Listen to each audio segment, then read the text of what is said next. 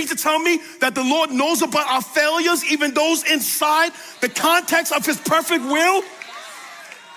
So you mean to tell me there are some things you have failed at, fallen, made mistakes that did not catch God by surprise? That there are some things you have done that actually happened inside the context of God's will? Yes, I'm telling you right now that there are some areas you failed, some places you've fallen, some mistakes you made that God absolutely allowed, and he allowed it because it was written for the purpose of fulfilling the plans he has for your life.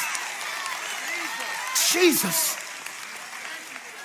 Some of you have been persecuting your own self for so many years, not realizing the area he let you fail, the mistakes he allowed you to make, some of that God used to produce in you the man and woman you are today.